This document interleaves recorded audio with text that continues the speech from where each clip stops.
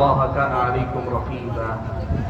يا أيها الذين آمنوا اتقوا الله وقولوا قولا سديدا يصلح لكم أعمالكم ويغفر لكم ذنوبكم ومن يطع الله ورسوله فقد فاز فوزا عظيما أما بعد فأعوذ بالله من الشيطان الرجيم بسم الله الرحمن الرحيم وأن هذا صراطي مستقيما فاتبعوه ولا تتبعوا السبل فتفرق بكم عن سبيله ذلكم وصاكم به لعلكم تتقون.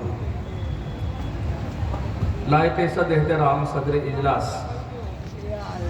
معزز علماء کرام، بزرگوں، نوجوان ساتھیوں اور پردہ نشین خواتین اسلام، آج کا یہ جو اجلاس ہے معاشرتی بگاڑ اسباب اور حل کے عنوان کے تحت جو 2 روزہ اجلاس عام اور تعلیمی سیمینار یا علمی سیمینار منعقد کیا گیا ہے، اس کی ایک کڑی کے طور پر منعقد ہے، اور اسی سیاق میں میرے سامنے یہ عنوان رکھا گیا ہے کہ میں آپ کے سامنے منہج سلف کی خصوصیات کا تذکرہ کروں۔ ظاہر سی بات ہے کہ ان خصوصیات کا تذکرہ کر کے ہم ایک پیغام دینا چاہتے ہیں۔ میں اسی پیغام سے سب سے پہلے آغاز کر لیتا ہوں۔ پیغام ہمارا یہ ہے کہ معاشرے کا بگاڑ ایک ایسی زندہ حقیقت ہے جو سارے لوگوں کو دکھائی دیتا ہے یا حقیقت دکھائی دیتی ہے۔ سبھی لوگ شکوہ کرتے ہیں کہ ہمارا سماج، ہماری سوسائٹی، ہمارا معاشرہ بگاڑ سے دوچار ہے، اور یہ بگاڑ ہمہ جہتی ہے، عقائد کا بگاڑ ہے، عبادات میں کمزوری اور خلل ہے، معاملات میں بگاڑ ہے، اخلاق اور کردار کا دیوالیہ نکل چکا ہے، اور اس سے آگے بڑھ کر قومی اور ملی مسائل میں سیاست بے رخ اور بے سمت ہوتی جا رہی ہے۔ بگاڑ ہر طرف ہے اور ہر کوئی سدھار کی بات کرتا ہے، ہر کوئی امت کو سدھار کی طرف دعوت دے رہا ہے، دینا چاہتا ہے۔ ہم بھی یہاں آج یہ جو پروگرام معاشرتی بگاڑ اسباب اور حل کے نام پہ منعقد کر رہے ہیں، اس کا مقصد بھی یہی ہے، اور اس اسٹیج سے جتنے بھی اہل علم نے آپ کے سامنے خطاب کیا یا کل بھی آپ کے سامنے گفتگو کریں گے، بنیادی موضوع ان کا یہی ہوگا کہ ہم بگڑے ہوئے سدھر جائیں، بہکے ہوئے بھٹکے ہوئے پھر سے سنبھل جائیں، اور ہم پھر سے ایک مرتبہ اللہ تبارک و تعالیٰ کی بندگی کے اسی راستے پہ چل پڑیں کہ جس راستے پر سفر جاری رہا تو منزل کامیابی کی ہے، اور منزل تک پہنچنا اللہ کے حکم سے انشاءاللہ یقینی ہے۔ حاضرین گرامی قدر، اس پیغام سے میرے اپنے عنوان کا کیا تعلق ہے؟ منہج سلف صالحین کا منہج یا سلف صالحین کا دین کو سمجھنے کا جو انداز، جو طریقہ تھا، بالفاظ دیگر سلف صالحین کے پاس دین کی جو شکل تھی، جو صورت تھی، اس کی خصوصیات کا تذکرہ ہم کیوں آپ کے سامنے کرنا چاہتے ہیں؟ اس لیے کہ ہم یہ پیغام آپ کو دینا چاہتے ہیں کہ اس معاشرے کے سدھار کے لیے دنیا والے علماء میں سے ہوں، مصلحین ہوں، واعظین ہوں، مبلغین ہوں، نئے زمانے کے مفکرین ہوں، یا پھر یہ کہ قوم و ملت کا درد رکھنے والے رہنما ہوں، سیاستدان ہوں، وہ کوئی بھی ہوں، کوئی تعلیمی مشن کو لے کے اڑ رہا ہو، کوئی سماج سدھار کی بات کرتا ہو، کوئی دینی علم کی نشر و اشاعت کی بات کرتا ہو،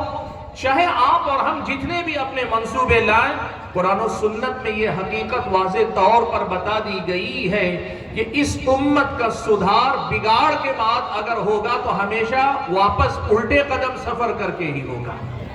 یاد رکھیے گا ایک بہت بڑی حقیقت، دنیا ہمیشہ تہذیب کے میدان میں یہ کہتی ہے کہ تہذیب ہمیشہ آگے بڑھتی ہے، اور تہذیب کے معاملے میں پیچھے پلٹنا فطرت کے خلاف مانا جاتا ہے۔ لیکن یہ بات یاد رکھیے کہ جو تہذیب کا سفر ہمیشہ آگے بڑھتا ہے، مذہب کا سفر جس قدر زیادہ پیچھے جاتا ہے اتنا ہی زیادہ صحیح رخ پہ آپ کا سفر ہوتا ہے۔ حضرت عبداللہ ابن مسعود رضی اللہ تعالیٰ عنہ اسی مسئلے کو سمجھانے کے لیے کہا کرتے تھے علیکم بالامر العتیق، لوگوں ہمیشہ اسی پرانے معاملے کو مضبوطی سے تھامے رہو، اس لیے کہ دین آگے نہیں بڑھتا، دین ثابت رہتا ہے، اور دین پہ چلنے والے لوگ بدلتے زمانے کے ساتھ آگے بڑھتے ہیں۔ اس دین میں اللہ تعالیٰ نے یہ کمال رکھا ہے کہ یہ بدلتا نہیں ہے، لیکن بدلتے ہر زمانے کے حالات کے ساتھ میل کھانے کی صلاحیت اللہ نے اس میں رکھی۔ اس کی وجہ یہ ہے کہ رب العالمین اس دین کا شارع ہے، اس دین کو اللہ تبارک و تعالیٰ نے نازل فرمایا۔ وہ جس نے ہم سب کو پیدا کیا، وہ جو لیل و نہار کے لانے لے جانے کا کام کرتا، وہ جس کے ہاتھ میں کائنات کی تدبیر ہے، وہ جو قیامت تک کے حالات کو الٹنے پلٹنے بدلنے والا ہے، وہی رب العالمین اس دین کا شارع ہے، یہ اسی کی بھیجی ہوئی شریعت ہے، اور اس نے اس دین کے اندر یہ کمال رکھا ہے کہ یہ دین بدلتا نہیں، لیکن بدلتے حالات میں سماج کے ہر طبقے کی صحیح رہنمائی کما حقہ کرنے کی قابلیت اور صلاحیت اللہ تبارک و تعالیٰ نے اس دین کے اندر رکھی۔ اسی لیے آج ہماری یہ دعوت بہت صاف اور سیدھی ہے کہ لوگوں اپنے دین کے معاملے میں نئے تجربات یا نئے افکار، نئی شخصیتوں کی تشریحات توضیحات کے پیچھے نہ پڑو، دین کو اسی شکل میں اپنانے کی کوشش کرو جس پر اللہ کے نبی نے اپنے صحابہ کو چھوڑا تھا، جو سلف کا منہج تھا۔ اس لیے کہ دین جسے کہتے ہیں، دین کا ایک حصہ وہ ہے جسے ثوابت کہتے ہیں، جو ہر حال میں ایک جیسے رہتے، کبھی بدلتے نہیں، اور کچھ چیزیں ہیں جن کو متغیرات کہتے ہیں، بدلتے زمانے کے ساتھ اس میں کچھ جزوی تبدیلیاں آتی ہیں، لیکن ان تبدیلیوں کا دار و مدار بھی اللہ تعالیٰ نے سلف کے اسی منہج میں رکھا، صحابہ کے اسی طریقے پہ رکھا ہے۔ سبحان اللہ، پیارے نبی صلی اللہ علیہ وسلم نے اسی ساری حقیقت کو اپنے ایک جملے کے اندر بیان کر دیا۔ سنن ابن ماجہ کی روایت ہے، اللہ کے نبی نے فرمایا ترکتکم علی البیضاء، میں نے تمہیں ایک روشن راستے پہ چھوڑا، لیلوہا کا نہاریہا، دنیا کے اندر آپ دھوپ چھاؤں دیکھتے ہیں، رات اور دن دیکھتے ہیں، اندھیرے اجالے دیکھتے ہیں، اس دین پر چلنے کا جو راستہ، دنیا کے راستے کبھی اندھیرے میں ڈوب جاتے ہیں، کبھی روشنی میں نہا جاتے ہیں، لیکن نبی نے جس راستے کو اپنے پیچھے چھوڑا ہے کہا لیلوہا کا نہاریہا، یہ راستہ اس کی رات بھی اس کے دن کی طرح روشن ہے، لا یزیغ عنہا بعدی الا ہالک، میرے بعد اس راستے سے دائیں بائیں ہونے والا وہی ہوگا جو ہلاک ہونے والا ہوگا۔ حاضرین گرامی قدر، اسی بنیادی پیغام کو سامنے رکھتے ہوئے آج ہم یہ پیغام آپ کے سامنے رکھنا چاہتے ہیں کہ اس دنیا کی ترقی کی بات ہو، اس سماج کے سدھار کی بات ہو، مسلمانوں کے عروج کے سفر کی طرف لوٹنے کی بات ہو، ہمارے اور آپ کی پریشانیوں کے حل کی بات ہو، ہمارے اور آپ کے مسائل کے لیے قرآن و سنت سے ملنے والی رہنمائی کی بات ہو، آپ چاہے تعبیر جو استعمال کر لیں، بات وہی ہے جو امام مالک نے کہی تھی لَن يَصْلُحَ آخِرُ هَذِهِ الْأُمَّةِ إِمَّا بِمَا صَلُحَ بِهِ أَوَّلُهَا، کہ اس امت کا آخری طبقہ بھی، بعد میں آنے والے لوگ بھی اسی راستے پہ چل کر سدھر پائیں گے جس راستے پر اس امت کا پہلا طبقہ قائم تھا، دائم تھا، جن خطوط پہ اللہ کے نبی نے اپنے صحابہ کی تربیت کی تھی، جو دین صحابہ کو دیا تھا، اور جس دین نے اللہ کے حکم سے ان صحابہ کی زندگیوں میں تبدیلی ظاہر کی تھی، اسی قدم پر، اسی نقش قدم پر چل کر بعد کے زمانے کے لوگوں کے اندر بھی تبدیلی آ سکتی۔ حاضرین گرامی قدر، آج امت کے اندر دین کی فکر لے کر چلنے والی جماعتیں بھی بہت ساری، تنظیمیں بھی بہت ساری، اور بہت سارے علماء ایسے جو کسی تنظیم سے جڑے بغیر بحیثیت ایک آزاد فرد کے اپنی اپنی فکر بھی امت کے سامنے رکھ رہے ہیں۔ ان تمام دعوتوں کے درمیان یہ تمام پیغام جو امت کی اصلاح کے علم بردار ہیں، امت میں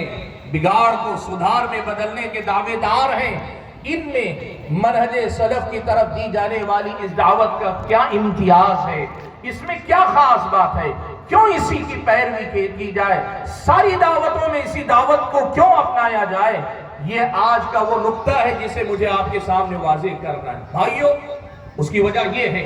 کہ قرآن و سنت میں اللہ تبارک و تعالیٰ نے ایک تو اسی منہج کی پیروی کرنے کا حکم دیا، 20 آیتیں قرآن کی، 10 حدیثیں پیارے نبی صلی اللہ علیہ وسلم کی، سینکڑوں آثار صحابہ کے، اور اس سے آگے بڑھ کر 1400 سال کے امت کے بے شمار تجربات کہ جب بھی کسی فتنے نے سر اٹھایا بلاخر اس کی سرکوبی اسی منہج پہ چل کے ہو سکی. یہ سارے وہ اسباب ہیں جن کی وجہ سے یہ دعوت بڑے اعتماد کے ساتھ آپ کے سامنے دی جاتی ہے، دی جا سکتی ہے کہ اسی منہج سلف پر چل کر ہی امت کا بگاڑ سدھار میں بدلے گا، زوال عروج میں بدلے گا، مسائل حل ہو کر